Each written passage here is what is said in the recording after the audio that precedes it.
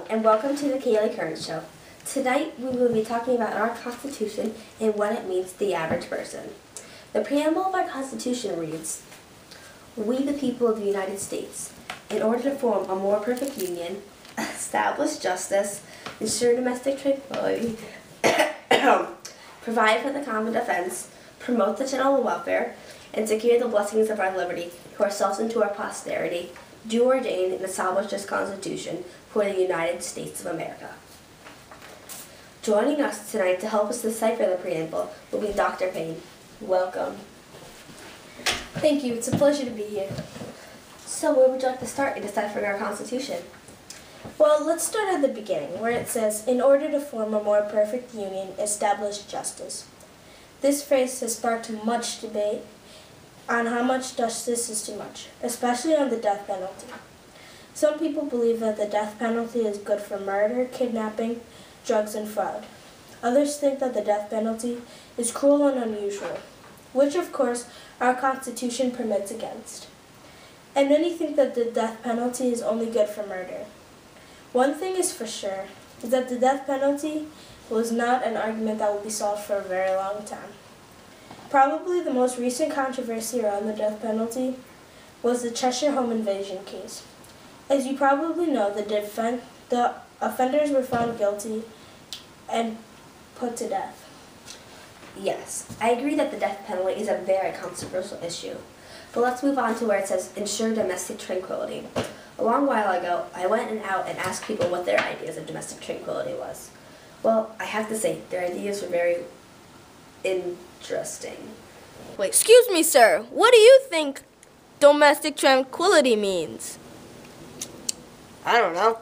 Excuse me, sir. What do you think domestic tranquility means? Domestic tranquility? Oh, domestic tranquility. That's the math term where you multiply 67 times the square root of 84, and you get A plus B equals C. No. Excuse me, ma'am, but what does domestic tranquility mean to you? Domestic tranquility? Why, that's the fear of kitty cats, not little doggies like middle Mayus. Excuse me, ma'am, what do you think domestic tranquility means? I think domestic tranquility is the idea that the government has to maintain law and order within our country. And how do you think they do this? They create laws that limit unruly people's actions. Excuse me, ma'am, what do you think domestic tranquility means? I think domestic tranquility is the idea that government has to maintain law and order within our country. And how do they do this? Well, they make some laws, but not too many, because if they made too many, then they'd be too controlling. Thank you. So, Doctor, after seeing those videos, what do you think domestic tranquility is? Well, I think that domestic tranquility is the idea that government should be strong enough to prevent violent occurrences within this country. In other words, the government has to keep law and order. One thing I noticed when I was interviewing the people was that a lot of them did not know what domestic tranquility meant. Yes, many people don't know the exact term, but there's definitely a lot of controversy around it. The liberal approach is that there are too many rules and that we should have less laws governing us. The more conservative approach is that people feel there needs to be a lot more laws controlling us. And of course, there are many opinions in between. I see. Let's move on to the part where it says to promote the general welfare. Oh yes, there's certainly been a lot of controversy around this statement. Lately, the line between promoting the general welfare and class warfare has been very, very blurry. The latest controversy around this topic has been with the newest health care bill. Here's Dr. Sam with the latest. The Constitution's preamble. It states that providing for the general welfare is one of our responsibilities. What's your definition of that? Well, welfare is a state of health, happiness, a state of well-being. And I can tell you that you cannot be happy and have a state of well-being if you're not healthy. So in any situation where your responsibility is maintaining the welfare of another, it has to include good health. You work in a place where you see a lot of people go without health insurance. And the newest healthcare would guarantee health insurance for everybody. Do you think this is necessary? And what kinds of changes would you see in your workplace? Well, it would seem, or it is easy to think that those who do not have health insurance are people who just don't have health insurance because they don't work and they don't make the effort. But what I have found over the years at my work is that the majority of people without health insurance are people who work very hard, and because they work, they make too much money to qualify for state health insurance. On the other hand, they are not able to afford health insurance on their own. Their jobs do not allow them to have health insurance, or if the job provides health insurance, it's so expensive they can't afford it. And then there's another group, a large group of people who have worked very hard, had health insurance when they worked hard, but either through illness, it could be an accident, it could be medical illnesses that make them too sick to work, or it could be that they just got laid off. They are not able then to have the insurance that they need. And so health insurance for all would mean not just taking care of people who do not in any way provide a reason to, not in any way do their part to have their health insurance, but it would really take care of those who, due to no fault of theirs, are not able to get it. And then there are also those, for example, who are mentally ill. So what I have learned is that there are different categories of people who really should have health insurance, who need the health, who need the insurance in order to have good health, and it is through no fault of theirs. And these are the people I am most concerned about, and the people I would very much like to see have health insurance.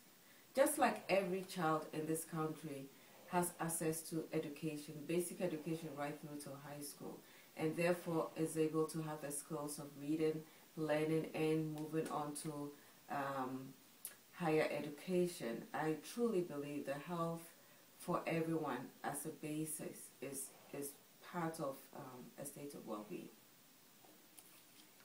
And then right now, do you think that our nation is doing a good job of providing for the general welfare of everybody? Right now, I see too many people unable to afford their medications, unable to get the basic health that they need. And even more disturbing are those who find out they have terrible diseases like cancer and have no means of seeing the doctors they need to see or getting the treatments they need. And till that is changed, I'm afraid I can't say that we're doing our best. I believe we should be able to do more. And then, based on what you see every day, do you think that it's necessary for this bill to pass, despite complaints of class warfare? And I know that you would be one of the top 1% that's paying for the welfare of everybody in this nation. Do you think that it's necessary? I think it would be a step. It would be a step in the right direction. I'm sure that there are things that need to be tailored and fine-tuned, and as we actually get into it and begin to implement it, we will find changes that need to be made. I don't think it's 100%, but I believe that it definitely is a step in the right direction. Any attempt or any efforts that will provide an opportunity for basic health for everybody to be available, accessible, and affordable, I think it's in the right direction. I just do not think that health for all is a privilege. I just don't think it's a privilege. And so anyone or any step, any policy that will begin the process of providing accessible health for everybody I think it's a good step. Bear in mind, you just never know. You just never know when it could be you. You don't know when anything could happen. You could get sick, you could lose your job. You just don't know. So always think about yourself. How would I feel, or how would I feel if I didn't have a job, or my parents didn't have a job, and I was sick and couldn't get to see a doctor? or couldn't get any medications, or couldn't do any blood tests. Thank you for giving us your perspective on our nation's well-being. Yes, that's a very interesting perspective you have there. Now let's move on to one of the final topics of the preamble. It is, secure the blessings of liberty to ourselves and to our posterity. The way I interpret this statement is pretty straightforward. Pretty much, it means that our children and their children, etc., will have all the same rights that I have today. Some people may not think this is fair because our values and beliefs change, but this is how our Constitution was written. Dr. Payne, how does this apply to your life? Well, it applies to me because I feel that if I'm allowed freedom of speech, so should my children.